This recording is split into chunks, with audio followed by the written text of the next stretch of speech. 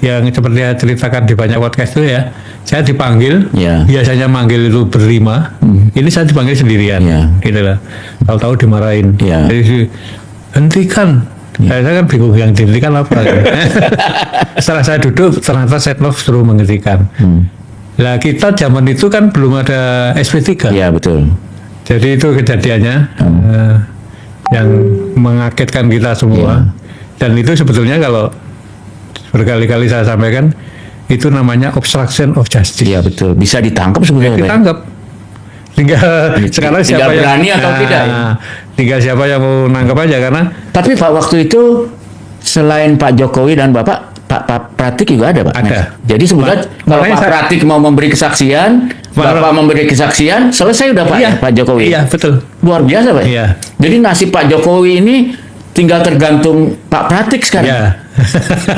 Jadi Iya, kalau Pak betul. Pratik kompak sama Pak Agus, waduh, obstruction of justice itu berapa tahun, Pak? Ya monggo nanti dorong Pak Pratik supaya Kita bisa jadi kayak negara Korea Selatan ya. Ya. Hampir semua mantan presidennya di Ya. penjara. Nah kita malah belum itu tapi juga kurang baik loh kalau belum itu. Ya, karena Korea Selatan mungkin bisa maju seperti sekarang karena itu juga, Pak. Ya, ya. Karena kan Korea Selatan tahun 50-an tuh jauh lebih miskin dari Indonesia, Pak. Iya betul. Ya. Karena yang maju kan malah Korea Utara yang Iya. punya industri waktu itu. Iya, betul. Sekarang kita ketinggalan jauh dari Jauh, Pak. Korea Selatan ya. Mungkin karena kita nggak berani menjarain presiden kita atau mantan presiden kita, Pak. Ya. Apa? Waktu itu Bapak kan juga ketua KPK, ya. Dan sekarang pimpinan KPK itu dianggap sebagai mereka yang penuh kontroversi, dan dijadikan sebagai alat politik kekuasaan. Waktu zaman Pak Agus gimana? Waktu zaman saya, dia mencoba mau dijadikan alat kekuasaan, tapi karena waktu itu masih independen, masih tidak di bawah presiden, kita masih bisa menyangkal atau bisa tidak mengikuti apa yang diinginkan oleh presiden. Oh, jadi waktu itu Pak Agus sendiri bisa merasakan KPK itu mau dijadikan sebagai alat kekuasaan. Mohon maaf, ini perlu saya ungkapkan karena semuanya harus jelas, dan saya pikir baru sekali ini saya mengungkapkannya di media yang boleh ditonton orang banyak. Bicara pada beberapa teman sudah, tapi kepada media seperti itu mohon maaf. Kenapa saya kemudian tadi di jawab depan juga menyoroti tone of the top, keinginan Pak Jokowi itu kemudian perlu juga menjadi perhatian kita. Saya terus terang pada waktu KTP saya dipanggil sendirian oleh presiden pada waktu ditemani oleh Pak Pratikno. Jadi saya heran, biasanya yang manggil itu berlima, ini kok sendirian. Dan dipanggilnya juga bukan lewat ruang wartawan, tapi ruang masjid kecil itu. Jadi dijemput dari sana. Nah itu di sana begitu saya masuk, presiden udah marah. Presiden udah marah, menginginkan kalau baru bisa masuk itu dia udah teriak hentikan. Kan saya heran, hentikan, yang dihentikan apanya gitu kan. Setelah saya duduk ternyata saya baru tahu kalau yang suruh hentikan itu adalah kasus sama Setnov. Ketua DPR waktu itu. Ya, ketua DPR waktu itu mempunyai kasus iktp, supaya tidak diteruskan. Nah, sprindik itu kan sudah saya keluarin 3 minggu yang lalu dari presiden bicara itu. Sprindik itu tidak mungkin karena KPK tidak punya SP3, tidak mungkin saya berhentikan sampai tahun. Kemudian karena tugas di KPK itu seperti itu, makanya ya kemudian saya perhatikan, saya jalan terus. Tapi akhirnya kan dilakukan revisi undang-undang, nanti kan intinya revisi undang-undang itu kan SP3 menjadi ada, kemudian di bawah presiden. Karena apa pada waktu itu mungkin presiden merasa bahwa ini ketua KPK dibentak presiden kok nggak mau, apa mungkin begitu nanti. Itu gelagat awalnya ya? Ya, nah, jadi jadinya kan revisi undang-undang KPK itu, dan sebelum revisi undang-undang KPK itu Anda kemudian juga perlu pahami hasil itu kemudian kan bukan main. KPK sarang Taliban, KPK. Jadi sehingga civil society pada waktu itu yang membela itu revisi undang-undang KPK itu sangat sedikit. Teman-teman saya seperti Pak Imam Prasojo itu nggak datang juga pada waktu itu, karena Tidak sebanyak waktu membela tidak buaya. pada waktu Cicak Buaya, karena merasa ini KPK sudah seperti Taliban, seolah-olah omongannya Basar itu betul gitu. Jadi revisi undang-undang KPK kemudian terjadi. Anda kemudian melihat di periode kedua ini kan yang namanya corruption perception index itu kan turun terus-menerus. Oke. Itu menjadi gambaran kita, karena itu yang menilai adalah 9 lembaga internasional. Pak Agus, kalau saya ingin kembali, jadi ini sebuah kesaksian ya, dan fakta yang Pak Agus alami, bahwa Bapak dipanggil oleh Presiden untuk menghentikan kasus IKTP Ya. yang mentersangkakan Setia Novanto, waktu itu menjadi Ketua DPR. Ya. Bapak bersaksi itu ya? Saya bersaksi. KTP, dan itu memang terjadi yang sesungguhnya saya alami sendiri. Saya awalnya tidak cerita kepada komisioner yang lain, tapi setelah beberapa lama itu sudah saya cerita. Apa yang Bapak jawab ke Pak Presiden ketika Bapak Presiden mengatakan hentikan soal IKTP ini? Saya bicara apa adanya aja, bahwa sprindik sudah saya keluarkan 3 minggu yang lalu. Di KPK itu nggak ada SP3. Nggak mungkin yang memberikan itu. Yang Anda tangkap Pak Agus, yang ingin dihentikan Presiden itu adalah jangan sampai mentersangkakan Setia Novanto yang waktu itu menjadi Ketua DPR. Karena Presiden waktu itu juga nanya kepada Pak Mensek, Pak Taufik, sprindik itu apa tuh gitu. jadi itu kejadian pada waktu itu. Dan akhir dari pertemuan itu apa Pak? Yang nggak ada apa-apa. Saya diperintahkan nggak mau, ya sudah saya pulang begitu aja. Dan Bapak kemudian melihat time frame-nya atau waktu demi waktu bagaimana kemudian ada pelemahan KPK, salah satunya dari kesaksian yang baru saja Pak Agus Raharjo katakan bahwa memang karena pimpinan KPK independen, tidak bisa diperintah oleh kekuasaan, maka dengan cara mengubah undang-undang KPK lah pimpinan KPK dapat diatur. Ya, itu salah satu yang setelah kejadian revisi undang-undang KPK kemudian menjadi perenungan saya. Ternyata pengen KPK itu bisa diperintah-perintah gitu. Setelah itu, bagaimana relasi Pak Agus dan pimpinan KPK lainnya dengan istana? Pada waktu revisi undang-undang KPK, semua orang mungkin tahu. Pengen ketemu nggak diizinkan. Bahkan bukan hanya ketemu presiden, ketemu Menteri Kumham saja tidak diizinkan. Pimpinan KPK waktu itu? Jadi itu yang kami ratakan. Kemudian saya kemudian diajak Pak Laude Muhammad Syarif ya, ketemu dengan Menteri Kumham, tapi draftnya juga nggak ditunjukkan. Jadi sampai terakhir itu kami nggak tahu sebetulnya yang direvisi ini apa, itu kita nggak tahu. Itu kejadian yang kami alami terakhir kami di KPK. Jadi seperti pimpinan lembaga negara pemberantasan korupsi yang kemudian terasingkan. Ya. Bayangkan revisi undang-undang KPK selesai dalam waktu berapa? 12 hari dan pimpinan KPK sama sekali nggak tahu apa yang direvisi sampai terakhir. Sampai detik ini saya belum pernah menerima undangan dari Polda Metro Jaya berkaitan dengan kasus ijazah Pak Jokowi. Dan terus terang saya heran mendengar informasi ini karena saya tidak ada hubungannya dengan kasus ijazah Pak Jokowi. Abraham Samad, sayang beliau belum hadir ya sampai dengan siang hari ini, padahal saya sangat ingin bertemu dengan beliau sekarang setelah 6 bulan kita sama-sama berjuang. Saya ingin katakan kepada beliau, di bulan April, Mei, ya, ketika saya masih sangat intens berdiskusi dengan beliau mengatakan begini, Dr. Tifa, situasi hukum di Indonesia itu 90% bobrok,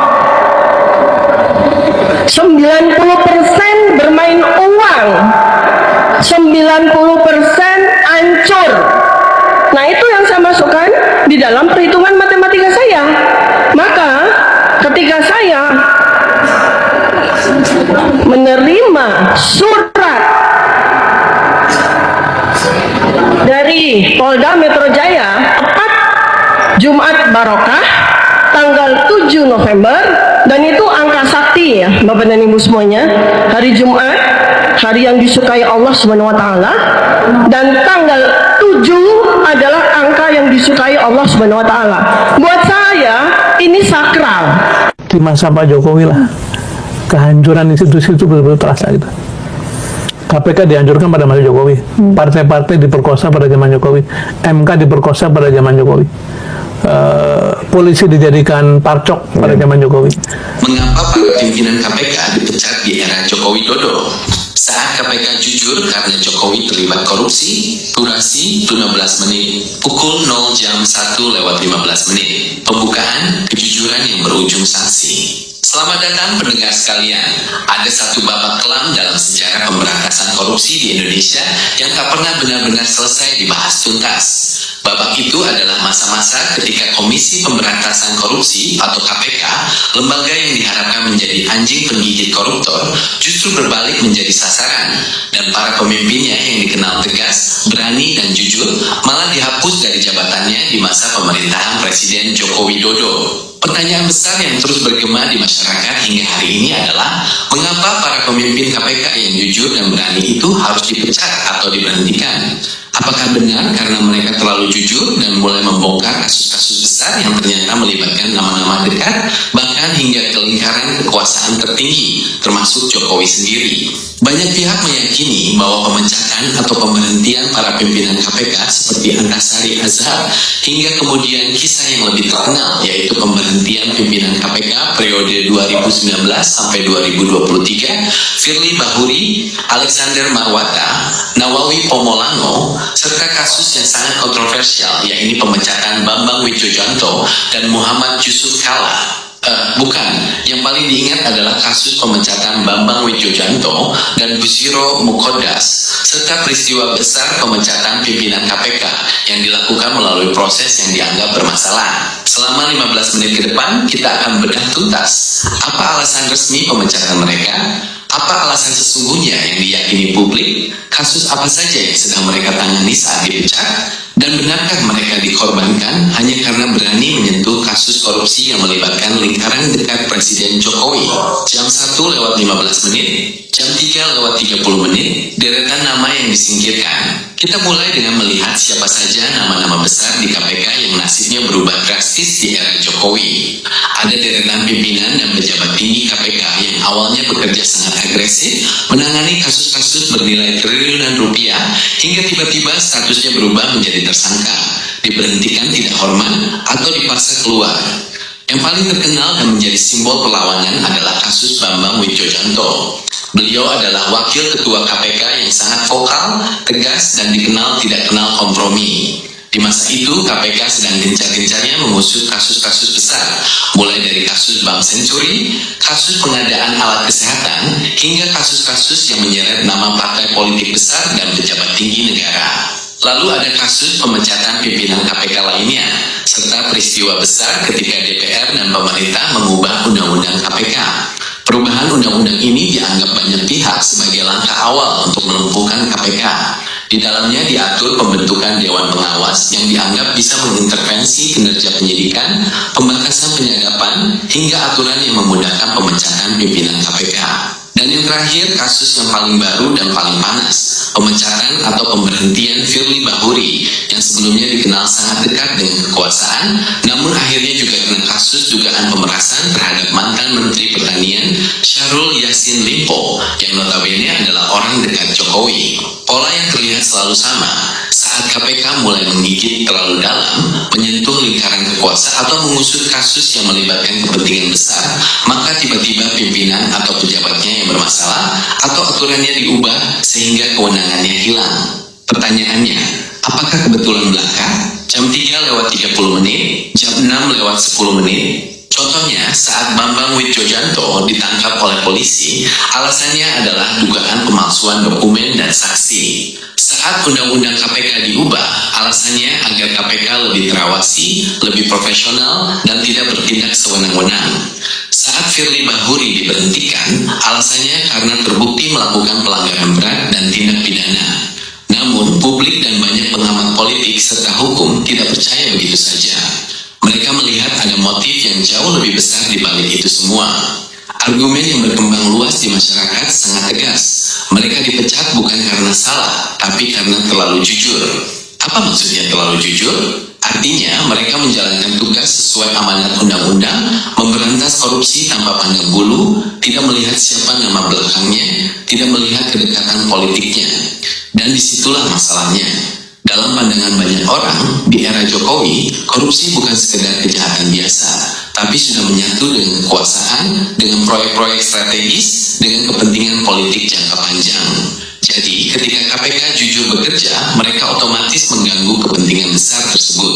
Dan jika mereka terus dibiarkan bekerja, lambat laun mereka akan menemukan benang merah yang menghubungkan kasus-kasus korupsi itu hingga ke puncak kekuasaan. Itulah sebabnya sebelum mereka sempat mengungkap semuanya, mereka harus dihentikan, disingkirkan, dan namanya dicemari dulu, agar apa yang mereka ungkapkan dianggap tidak kredibel.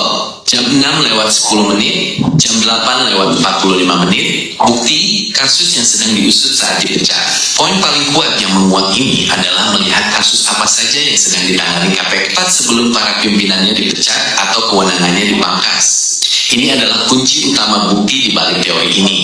Mari kita lihat fakta sejarahnya. Saat Bambang Widjojanto dan kawan-kawan mulai serius mengurus Bank Senturi yang nilainya mencapai 6,7 triliun rupiah dan melibatkan banyak pejabat tinggi era pemerintahan sebelumnya, namun juga masih berhubungan erat dengan kekuasaan saat itu, tiba-tiba mereka diserang. Bank Senturi adalah kasus besar yang dianggap terlarang karena menyangkut stabilitas politik dan ekonomi serta nama-nama besar yang masih berkuasa.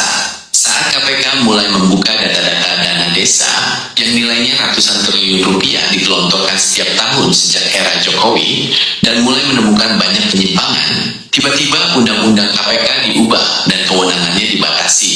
Dana desa adalah program andalan Jokowi dan jika ada korupsi besar di sana, citra keberhasilan pembangunan akan rusak. Saat KPK mengusut kasus korupsi bantuan sosial yang juga program utama pemerintah, lagi-lagi KPK dianggap mengganggu. Dan yang paling kentara, saat kasus korupsi di Kementerian Pertanian dengan kerugian negara triliunan rupiah terungkap, dan tersangkanya adalah Syahrul Yassin Limpo, orang yang sangat dekat, dipercaya penuh, dan bahkan dianggap sebagai kawan lama Presiden Jokowi. Maka pimpinan KPK yang menangani kasus itu akhirnya juga jatuh tersandung masalah hukum. Pola ini sangat jelas. Setiap kali KPK menyentuh kasus yang melibatkan orang dekat Jokowi, program andalan Jokowi, atau kasus yang bisa mencoreng nama baik Jokowi, maka KPK dan pimpinannya yang menjadi sasaran. Bagi banyak orang, ini bukan kebetulan, tapi pola yang disengaja untuk melindungi lingkaran kekuasaan. Jam 8:45, jam 11:20, dugaan keterlibatan Jokowi dalam korupsi. Lalu mengapa narasi ini selalu dikaitkan langsung dengan nama Jokowi? Mengapa bukan sekedar pejabat bawahannya saja? Karena argumen publik sangat sederhana. Korupsi skala besar bernilai triliunan rupiah melibatkan pejabat setingkat menteri, kepala badan, atau kepala daerah. Tidak mungkin terjadi jika tidak ada perlindungan dari atas. Tidak ada pejabat yang berani korupsi miliaran rupiah jika mereka yakin atasan tertinggi benar-benar bersih, tegas, dan anti korupsi. Di mata publik, banyak kasus besar yang terungkap di era Jokowi memiliki benang merah yang sama. Uang korupsi itu tidak hanya masuk ke kantong pribadi pelaku, tapi juga dialirkan untuk kepentingan politik, untuk membiayai kekuasaan, untuk mengamankan posisi, dan untuk menjaga kelanggengan pemerintahan. Dan disitulah letak kecurigaan besar. Jika KPK jujur terus mengusut sampai ke akar, maka akarnya itu akan sampai ke pintu istana. Banyak pihak meyakini bahwa Jokowi tahu persis apa yang terjadi, bahkan diduga terlibat atau setidaknya memberi lampu hijau, karena ia mendapatkan keuntungan politik dan keamanan kekuasaan dari aliran uang tersebut. Itulah sebabnya, kata mereka, KPK harus dilumpuhkan. KPK yang jujur adalah musuh terbesar bagi sistem kekuasaan yang diduga dibangun di atas aliran uang dan transaksi gelap. Para pimpinan KPK yang berani bicara lantang dianggap mengganggu stabilitas, padahal sesungguhnya mereka sedang menjalankan tugas negara.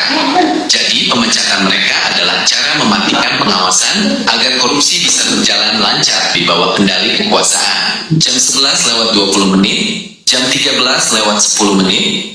Lihat saja data, berapa banyak menteri, gubernur, bupati, dan pejabat yang masuk penjara di era beliau. Artinya, beliau benar-benar serius memberantas korupsi. Mengenai pemecatan pimpinan KPK, mereka beralasan, KPK adalah lembaga negara, bukan lembaga di atas hukum. Jika pemimpinnya melanggar hukum, korupsi sendiri, atau menyalahgunakan wewenang, tentu harus ditindak dan diberhentikan. Tidak ada orang yang kebal hukum, termasuk pimpinan KPK. Undang-undang KPK diubah agar lebih baik, lebih bertanggung jawab, dan tidak ada kekuasaan yang tak terawasi.